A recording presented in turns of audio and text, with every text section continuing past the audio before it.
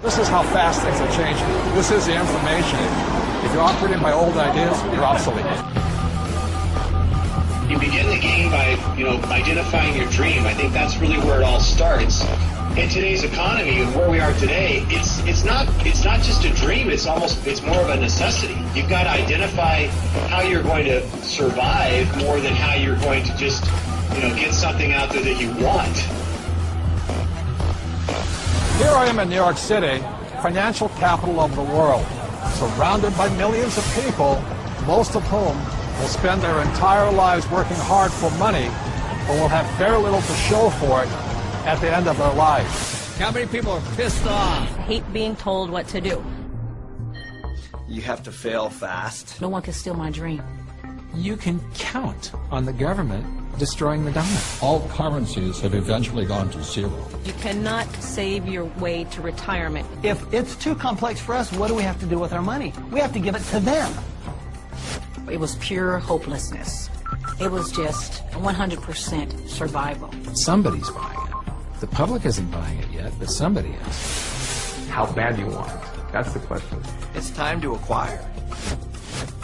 An unfair advantage. What is an unfair advantage? What you're about to learn may just change your life.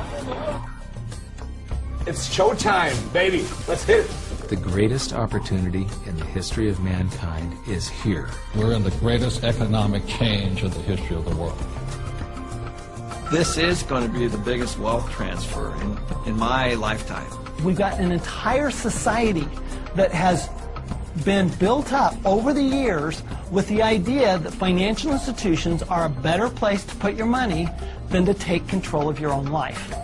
If you have a solid financial education, taxes, debt, inflation, and retirement can make you richer, not poorer.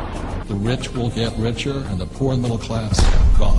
I was around my brother who was a part of a gang, who ran a gang, and that's a lot like running a business. Most people run from problems, and the truth is that's where the opportunities are. This really is a perfect financial storm. So I am optimistic about the future. It's going to crash.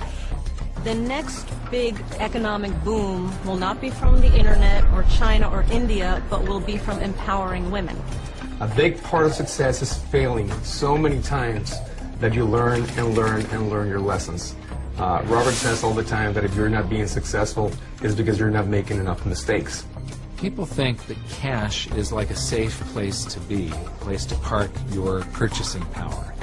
And I think cash is the worst investment that you can have. And if you follow an economist, you're in trouble. Okay, you want to have barely enough income to survive if you're lucky.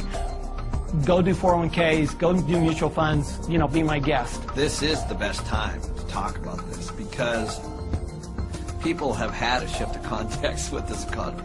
To change your financial life often involves changing your mindset. It really is where it starts, is the attitude, it's the mindset, it's the decision that you're going to, take responsibility for your own financial life. Knowledge is money.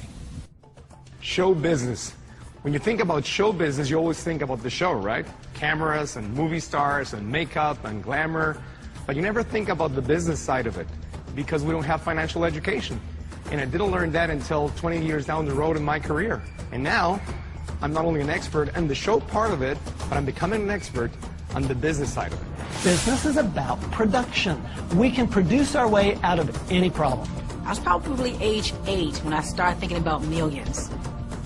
The very, very first step is you've got to select your dream, because taking control of your financial life starts with a dream. There's got to be a bigger purpose than just making money. If you don't have something that is bigger than you, a dream, a huge dream, you're going to quit. Your friends and who you hang out with, whether you're a child or whether you're an adult, will dictate your destiny and your future. And so you have to be picky and choose your surroundings very carefully. It's creativity. It's brainstorming. It's being around like-minded people. People have so many emotions attached to money. And it might be because of how their parents thought about money, or an experience they had around money that, they think it's evil, or they think rich people are bad people, and all of this stuff. But if you just break it down, money is just a tool to be used in this world. Everybody today uses money, like it or not. The absolutely fastest way to put money in your pocket is to reduce your taxes. Gold and silver have been the safe haven asset for every second of the last 5,000 years. My real estate that we own, through depreciation, wipes out most of our taxable income. It just makes so much sense to me, and it's so much easier. I went to war to fight for capitalism. I fought for the freedom for a person like me who had nothing, to work hard, to use my brains, and to build a better life for myself and many other people. The problem isn't capitalism. The problem is laziness.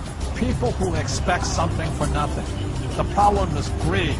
People who take more than they give. And the problem is ignorance, an education system that thinks that money is the root of all evil. It's ignorance, it's financial ignorance that has caused so much of this problem, not capitalism.